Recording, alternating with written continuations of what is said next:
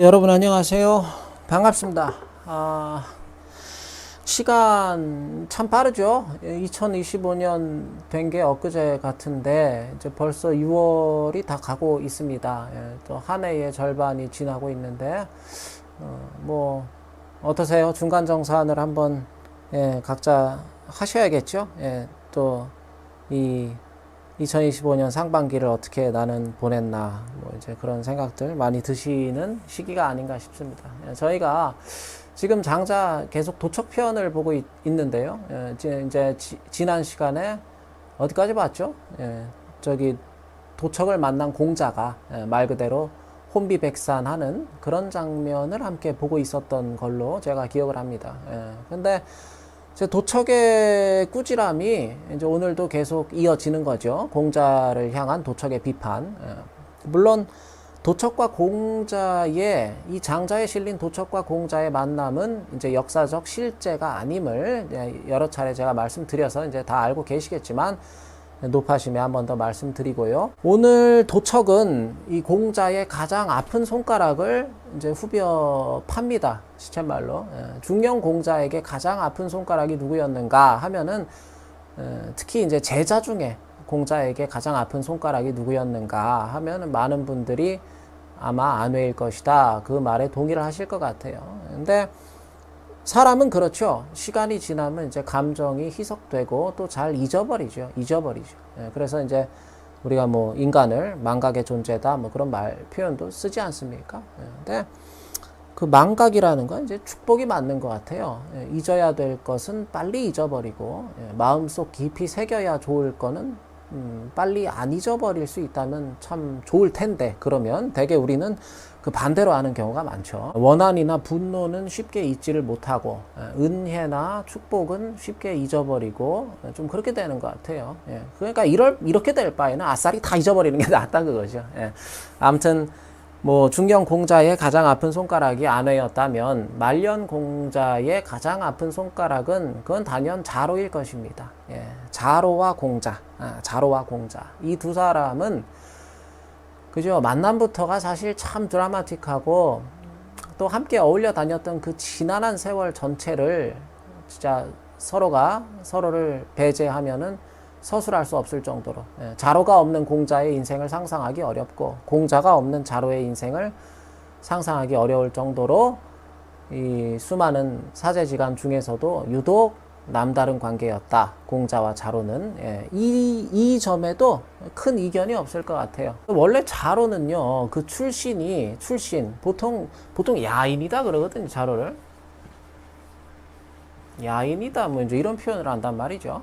그냥 요새 말로 하면 야인 이게 이제 약간 뭐랄까 좀 이제 건달 같은 뭐 한량 같은 이제 그런 사람이에요. 자로가 이제 성정이 좀 불같고 목소리 크고 이제 수틀리면 막 사람을 패 죽이기도 하고 근데 또 나름대로 이제 신념은 있어.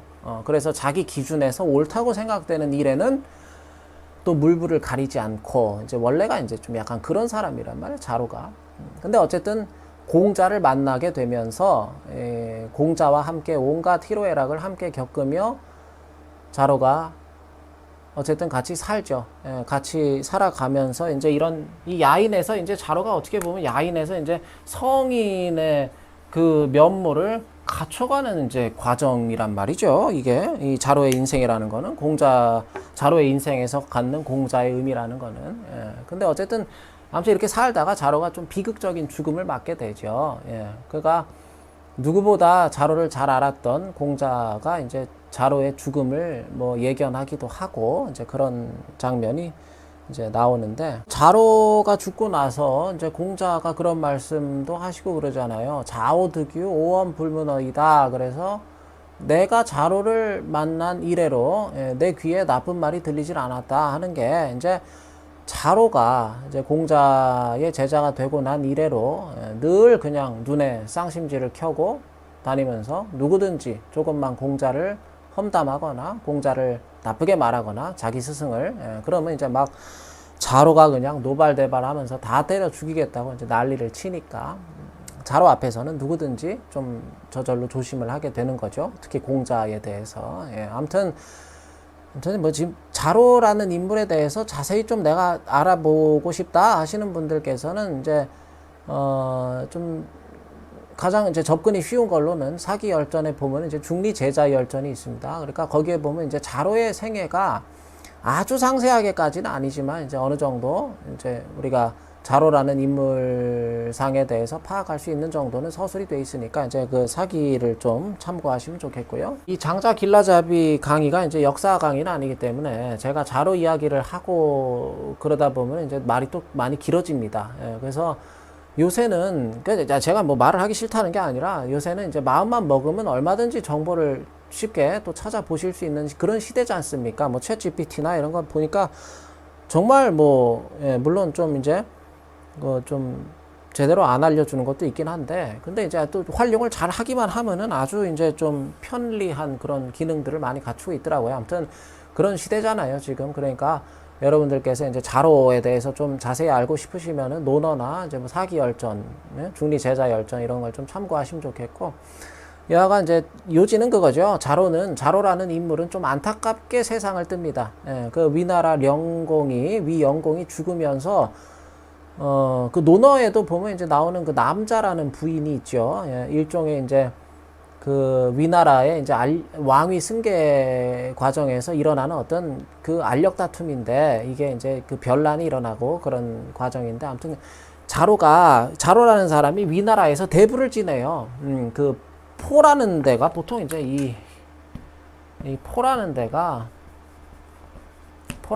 이게 이제 위나라의 한 지방이거든요, 이게. 예, 그러니까 여기서 이 포라는 데서 자로가 공자 추천으로 여기서 대부를 지낸단 말이에요. 벼슬을 한단 말이에요. 근데 나중에 이제 위나라에서 이제 그 변란이 일어나고 그랬다는 소식을 듣고 자로가 이 위나라로 부득불 거길 뚫고 들어간단 말이에요. 예, 다 거기서 지금 난리가 나서 도망쳐 나오는 마당에 자로는 이제 불구덩이로 뛰어 들어간단 말이에요. 지금 그런 걸 생각하시면 돼요. 지금 저기 중동에서 뭐 이스라엘하고 이란하고 막 전쟁해서 다 막 그냥 어떻게든 도망가고 그런 마당에 거기를 뚫고 들어간다고 보면 돼요, 자로가. 예. 이 자로 동학 중에서 같은 공자 제자 중에 자고라는 사람이 있어요. 또 자고라는 사람이 자로가 위나라로 가는 도중에 그 자고를 만난단 말이에요. 그러니까 자고는 위나라에서 도망쳐 나오는 길이고 자로는 이제 위나라로 들어가는 길에. 그러니까 자고가 그래요. 자로한테 이미 지금 상황이 끝났으니까 지금 가도 아무 소용이 없다. 당신이 가봤자 할 수 있는 일이 없다. 같이 개죽음 당하지 말고 도망가자고 같이 돌아가자고 그렇게 극구 만류를 해도 자로가 듣지를 않고 명색이 내가 위나라 녹을 먹던 사람인데 식구라는 거는 재난이 났을 때 함께 헤쳐나가는 게 그게 식구지. 도망치는 거는 식구가 아니다 하면서 이제 끝내 위나라로 들어갔다 결국 죽어요. 석걸이랑 호염이라는 그 두 장수한테 죽습니다. 그리고 자로가 죽고 1년 있다가 공자가 돌아가세요. 공자가 73세 돌아가셨다 그러는데 자로가 공자보다 9살 아래라 그러거든요. 그러니까 자로는 이제 한 63세쯤 이제 생을 마감했다고 봐야죠. 63세면 뭐 요즘 60대는 좀 달라졌다고 하지만은 63세면은 환갑 지나서 이제 뭐 칼 들 힘도 없을 나이 아닙니까? 그죠? 사실? 예. 칼 들 힘도 없을 나이에요. 뭐 칼을, 요새는 또 저 60대 이렇게 말하면 안 되는데 또 아무튼 힘이 많이 빠질 나이긴 하죠. 환갑 지나면. 예. 아무리 자로가 타고난 장사라 그러지만 젊은 장수 둘을 못 당해내죠. 환갑 노인이. 석걸, 호염 이 두 젊은 장수랑 칼싸움을 하다가 처음에 자로 가끈이 끊어진단 말이에요. 칼에 이렇게 빗 맞아서. 그러니까 자로가 군자 사이관 불면이라 그러잖아요. 군자사 이 관불면.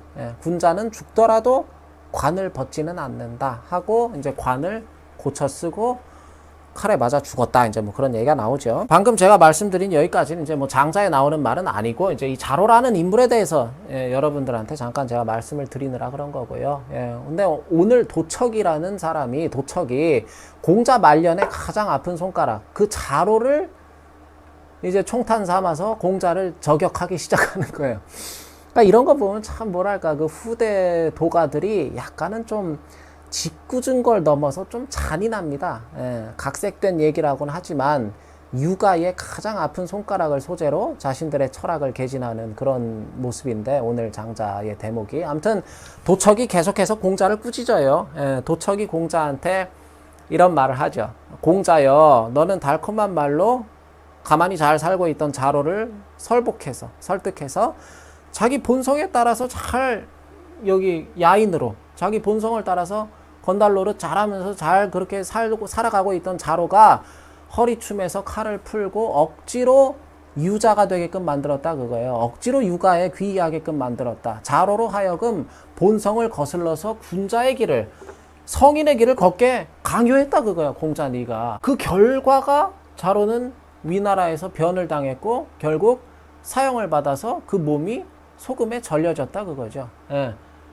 이게 야인으로 그냥 잘 살았으면 자로가 뭐 거기 위나라에 별난 나고 뭐고 내가 그 알 바 아니다 그러고 그 들어갈 일도 없단 말이에요. 이게 지금 선비의 도를, 군자의 도를 지키겠다고 들어갔다 거기서 그런 변을 당한 거란 말이에요, 자로가. 예. 그래서 그 몸이 소금에 절여졌다는 거는 자로가 죽고 나서 위나라에서 자로의 시신을 이제 젓갈로 담아서 공자한테 보냈다고 그러는데, 그걸 보시고 공자께서 너무 큰 충격을 받아서 아직까지도 중국에는 그 공씨들 중에, 특히 그 한족들, 공자 후손들 있죠. 공자 후손들 중에는 젓갈은 입에 대지도 않는 분들이 계시다, 뭐 그런 이야기도 있고 뭐 그렇습니다. 뭐 사실인지 아닌지는 이제 확인할 길이 없는데, 여하간 도척이 공자를 꾸짖는 거죠. 공자 네가 억지로 자로를 꿰어서, 네가 자로를 억지로, 야인 자로를 군자 자로로, 학자 자로로, 성인 자로로 만들지 않았더라면 자로가 그렇게 개죽음을 당할 리가 있는가 하고 묻는 거예요, 도척이. 그러면서 도척이 이런 말을 하죠. 강반기 정성이다. 강제로 그 성정에 반하도록 한 것이다. 그런 얘기. 저희가 지금 장자 길라잡이를 통해서 계속 조명하고 있는 바로 그 본성, 내가 타고난 본래의 성질, 본래적 자기, 그거를 무시하고 해치는 게 공자 당신이고, 그 대표적인 희생자가 자로다 그거예요. 그게 도척의 주장이잖아요. 그리고 도척이 이제 계속 역사적으로 본성을 거슬렀던 인물들을 예시로 들죠. 뭐 우리가 성현의 거두라고 하는 뭐 백이숙제, 백이숙제는 임금자리를 마다하고 절개를 지키다 수양산에서 굶어 죽었지만 그 시체를 누구도 장사 지내준 사람도 없었다 그 얘기를 하죠, 도척이. 그리고 포초라는 인물은 정권이 바뀌니까 내가 욕하던 인물이 다스리는 나라의 땅을 내가 밟을 수가 없다. 내가 욕하는 인물이 다스리는 나라의 곡식을 나는 먹을 수가 없다 해가지고 결국 나무를 끌어안고 꼼짝도 하질 않다가 말라 죽었다. 우리 역사의 포은 정몽주 같은 그런 인물이죠, 이 포초라는 사람은. 그리고 신도적이라는 인물은 임금에게 충심으로 간언했지만 임금이 들어주지 않자 돌을 떠매고 황하에 뛰어들어서 물고기밥이 됐다. 계자추는 좀 들어보신 분들 계시죠? 계자추는 자기 넓적다리 살을 떼서 위기에 처한 진문공을 먹여 살렸지만 나중에 진문공에게 찬밥 신세가 돼서 면산에 들어갔다가 불에 타 죽었다. 그 불을 지르면 나올 줄 알고 불을 질렀는데 계자추가 나오질 않고 그냥 그 불에 타서 죽잖아요, 그 산에서. 미생은 여인과 다리 밑에서 만나기로 약속을 했지만 여인이 약속 시간에 오지 않자 비가 그냥 억수같이 쏟아지는데도 불구하고 다리 밑에서 그 약속을 지키겠다고 버티다가 결국 물에 떠내려가서 죽었다, 익사했다. 방금 제가 말씀드린 이 사람들, 뭐 백이숙제, 포초, 신도적, 계자추, 미생, 이런 사람들은 모두 자기만의 명분에 속박을 당해서 죽음마저 가볍게 여기다가 단명한 사람들이다 이 얘기예요. 우리가 유가 철학, 유교 철학에서 제일 이른바 유학에서 제일 강조하는 게 뭐죠? 그게 바로 명분이에요, 명분. 그죠? 명분이라는 게 이제 유가에서 제일 강조하는 건데, 명분이라는 거는요, 이거 뭐 우리가 명분을 세운다, 뭐 명분이 있어야 뭘 하지, 뭐 이런 얘기 많이 하잖아요, 일상에서도. 이게 무슨 말이냐면 이게 구분하고 같은 말이에요. 구분. 뭔가 이 구별되는 명예다, 그런 뜻이란 말이에요.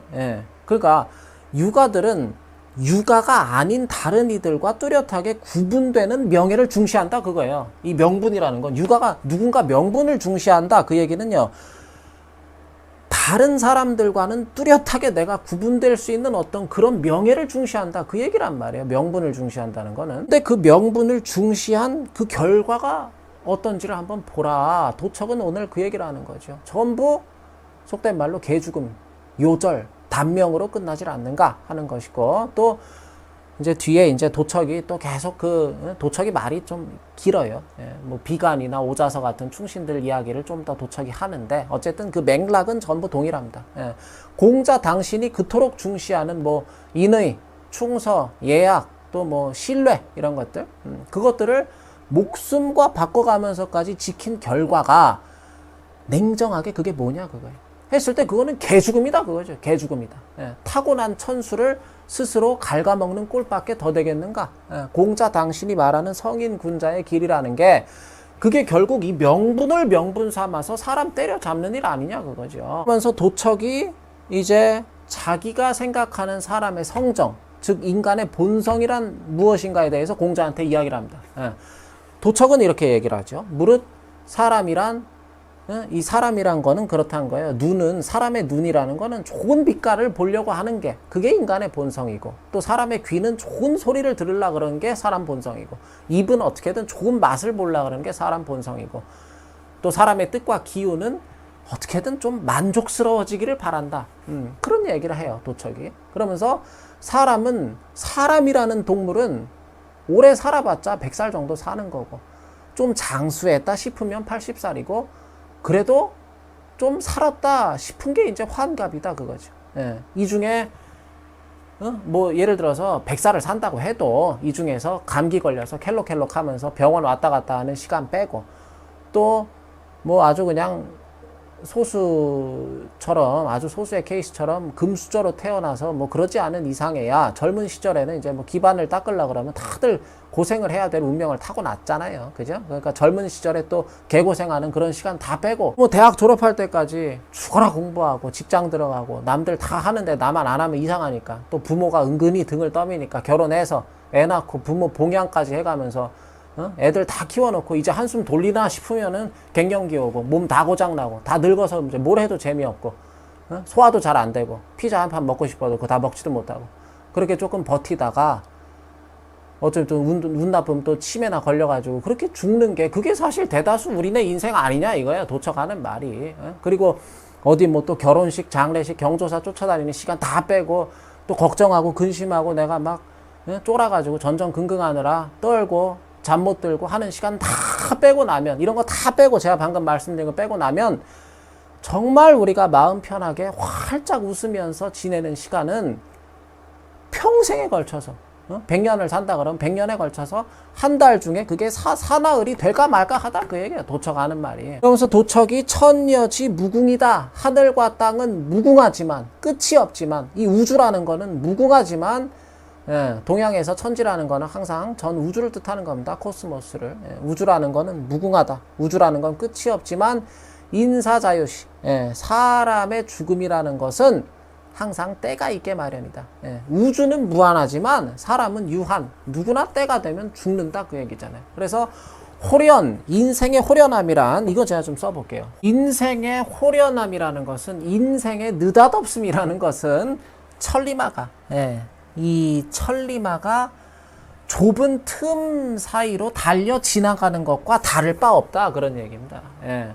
좁은 틈새로 천리마가, 그냥 천리마가 얼마나 빨라요. 좁은 틈새로 천리마가 휙 달려 지나가는 걸 보는 것과 다를 게 없다 그거죠, 우리 인생이라는 게.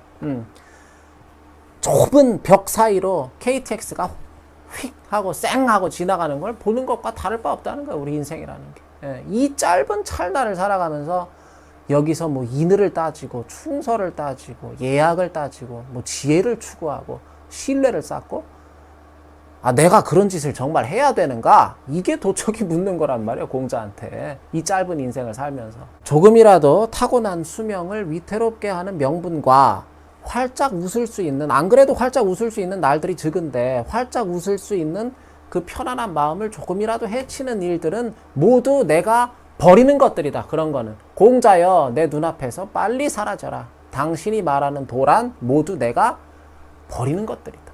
공자 당신의 도란 그 전체가 사람으로 하여금 자신의 본성, 본래적 자기를 잃게끔 만드는, 그래서 매사 사람을 불안하고 불편하고 급급하고 전전긍긍하게 만드는 그러한 사교, 허위다 그런 표현을 해요. 도척이. 예. 사교 허위다 그런 표현을. 사교 허위다. 맹구라빨이다 그 얘기를 하는 거예요. 예, 도척하는 얘기가. 사교 허위다. 예, 이런 말을 하잖아요. 예. 교묘한 속임이자 공허한 거짓이라 그런 얘기예요. 예, 진실한 도와는 거리가 먼 것들이다 하는 거. 예, 여기까지가 도척의 주장입니다. 도척이 이렇게 온갖 꾸지람을 쏟아내면서 빨리 꺼지지 않으면 죽이겠다고 협박을 하니까 공자가 아무런 반박도 하지를 못하고 이제 큰 절을 2번이나 하고 종종걸음으로 물러나오죠.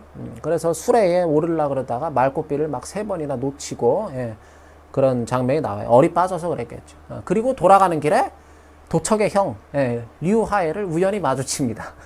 류하해가 공자한테 묻죠. 지난날에 그 뭐 도척을 한번 만나러 가신다 그러더니 어떻게 도척이란 놈은 한번 만나 보셨습니까?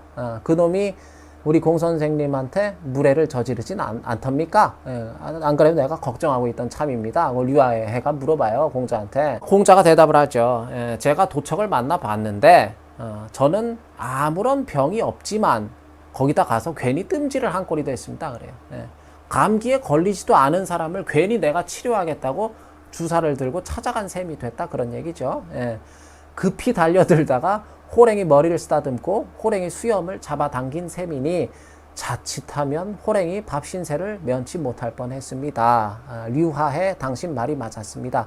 도척을 계도하기란 내 역량 밖입니다.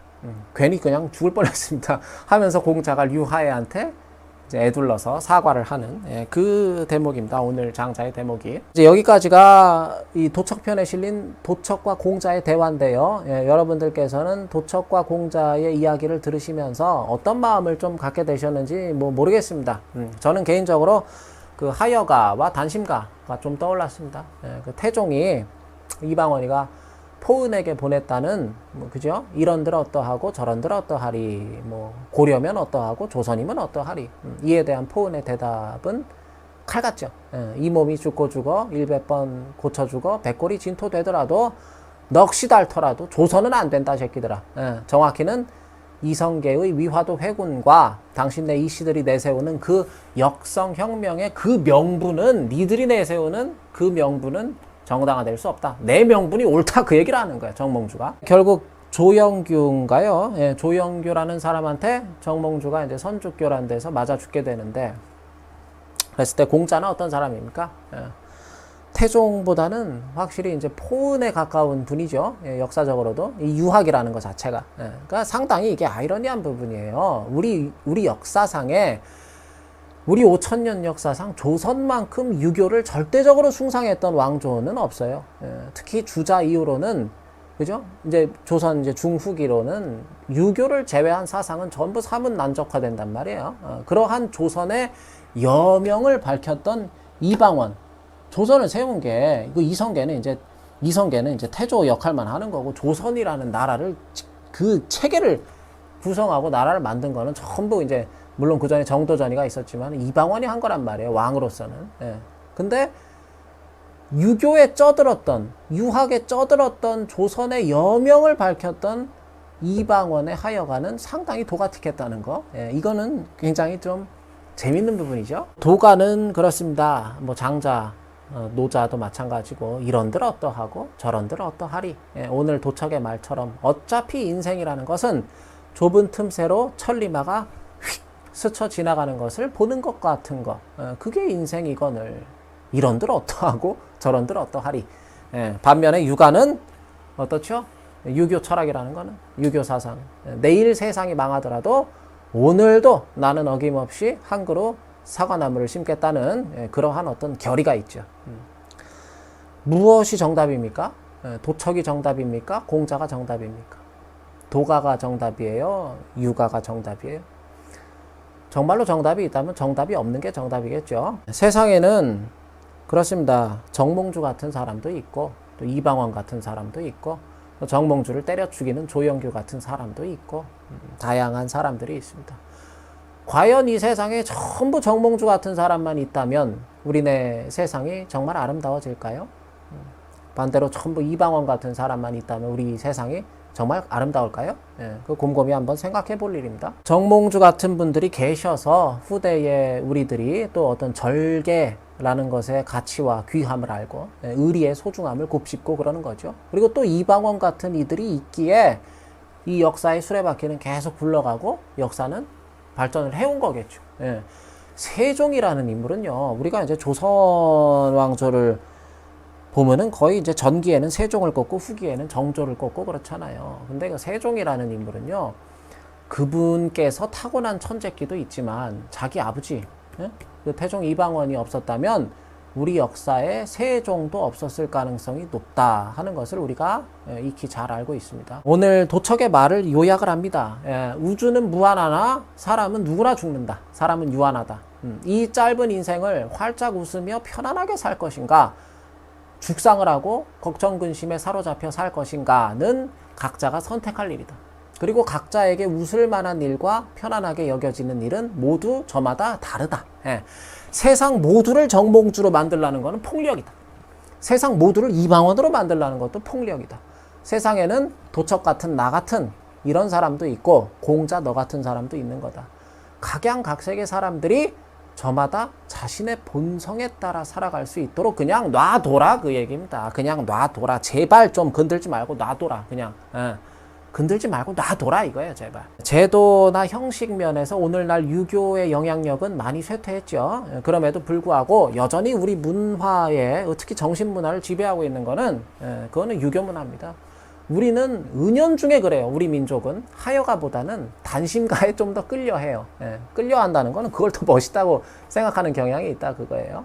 그 우리 유전자에 뿌리 내린 유교의 생활 양식이 있을 것이기 때문에 어떻게 보면 뭐 당연한 일일 수도 있어요. 근데 만약에 도가 문화권이었다면 우리가 유교가 아닌 다른 문화에 우리가 속했다면은 또 이 직전 왕조인 조선이 유교를 국학으로 채택하거나 그런 일이 없었다면 또 어쩌면 우리는 또 하여가를 훨씬 좋아했을지도 몰라요. 그럼 저기 뭐 어디 그 욜로 문화 같은 또 그런 나라도 있잖아요. 저기 어디 가면 이제 놀기 좋아하고 어디 뭐 스페인이 약간 그런가? 스페인에 가서 살아야 되나? 어쩌면 무엇이 맞고 무엇이 틀리다 하는 그런 생각이야말로 나 스스로와 또 더불어 살아가는 이웃들과 또 이 세상에 우리가 저지를 수 있는 그게 가장 큰 폭력일지도 모르겠어요. 그래서 우리가 이 짧은 인생을 그냥 최대한 본래적 자기의 모습으로 내 타고난 본성대로 우리는 살아가면 그만일지 모르겠습니다. 단 전제는 있죠. 항상 남에게 의도적으로 위해를 가하거나 다른 생명에 해를 끼치지 않는 그 범주 내에서 내 본성대로 살아가라. 그뿐이다. 인생 짧은데 뭐 도척의 말을 요약하면 이 정도가 되지 않을까 싶습니다. 오늘 강의 이것으로 마치겠습니다. 감사합니다.